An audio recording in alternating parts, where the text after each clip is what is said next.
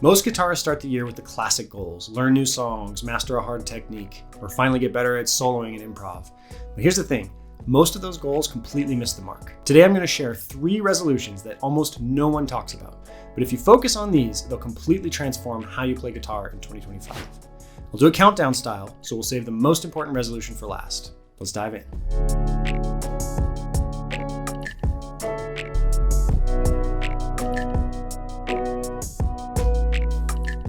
Goal setting is crucial to give us structure and motivation, and we really need it to sustain the energy and the time it takes to practice and get better at guitar. But here's what everyone forgets. A goal is different than a resolution. Now don't get me wrong, goals are great, but you already know how to set goals. And probably, if you're being honest, you don't even hit close to all the goals you set, especially with music. Now this is where resolutions come in. So what exactly is a resolution then, and how is it different than a goal? A resolution is more broad. It's a formal decision or a commitment to achieve something. And it's more about making a core change than doing something concrete. Resolutions and goals work together for maximum results. But to do it right, you should start with resolutions and then let that inform the goals. Every new year, my private guitar students and I sit down and we make resolutions together. And then we break them down into goals to help them chart a path to success. I've seen a lot of successes and also a lot of failures over the years. But I've started to see some patterns too. And based on these patterns, I've really noticed 3 things that I believe if every guitarist does will completely revolutionize how they play guitar. The number 3 best resolution you could set is seek out mastery. One of the most common destructive patterns I see guitarists fall into is stopping a practice activity too early. If you want to sound good, you're not going to get there dipping your toes into a bunch of different things. You need to spend more time diving deep, headfirst into mastering whatever you're working on. Now there's a pretty eye-opening study that illustrates this point. In 2010, 2 Australian researchers tracked kids' music practice habits over 3 years. These kids were instructed to practice alone, record their sessions on video, and then send them to the researchers. The researchers combed through all the videos looking at how they practiced, and they found some super interesting things. One was the kinds of practice strategies they used, or really rather the lack thereof. As beginner practicers, they fell into the same exact traps that I see so many adult guitarists fall into. Here's some interesting stats from the study. Their top practice strategy was to play something from beginning to end, and that represented 95% of their practice time. And even with their private teachers begging them to practice the same things repeatedly so they could be more consistent, 90% of the time, they played their material only once, and they were kind of just content with it after that, regardless of how it sounded. Now, way too many of us do this and other similar things when we're practicing. So do a quick self-check. Do you find yourself coming back to your guitar and feeling like you didn't retain much from the day before? Do you have problem spots in your music where you're like, I always mess that up? Do you find that it's almost impossible to get through a full song without making some mistakes? All of that would be solved if you just seek out mastery. And mastery is more than just repetition too. You might be thinking, well, that's not me. I repeat stuff until I get it right. If it takes you 10 tries to get it right, you're really only at 10% accuracy. So next time you find yourself wanting to move on to a new practice activity or a new song, first, ask yourself, is there anything else I could be doing here to master this more before I move on? Now, it's not easy to raise your standards like this, but you can find ways to do it on a daily basis. Just start with the simple things like consistency goals. For example, get the hard part in your song perfect 3 times in a row. Or I want to be able to play along with my favorite song exactly in the recording, note for note. In general, to seek out mastery in your music, live by this motto. Amateurs practice until they get it right. Professionals practice until they can't get it wrong. That's why mastery is my number 3 choice for New Year's guitar resolutions. Adapt that into your habits and your goals, and you'll be a completely different guitarist a year from now. The number 2 best guitar resolution is perform more. So as a kid, I was kind of always known as the guitar prodigy among my peers and even in my community. But at the time, I only played classical guitar. And I was really into classical. I had a teacher, I took lessons, I even had weekly gigs at coffee shops and local restaurants. So I was always preparing for the next performance. Then when I hit high school, I started to get into electric guitar.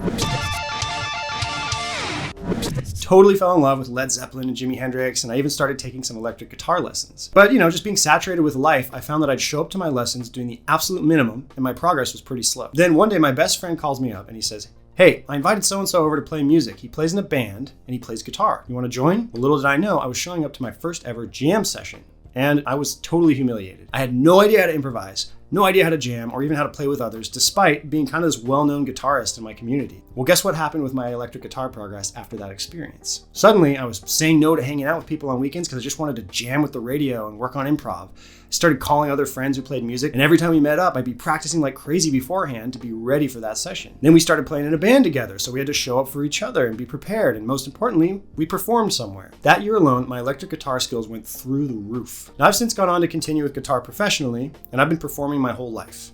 While my friend moved on to other things. He still loves playing guitar, but he's rusty. And he often tells me, man, I wish I had people to play with. I wish I had performances to prepare for, like when we were in high school. Nothing got me more motivated to practice hard than during that era. We can't all find a friend to jam with and go perform publicly with a band or something, but there are a lot of ways to perform more.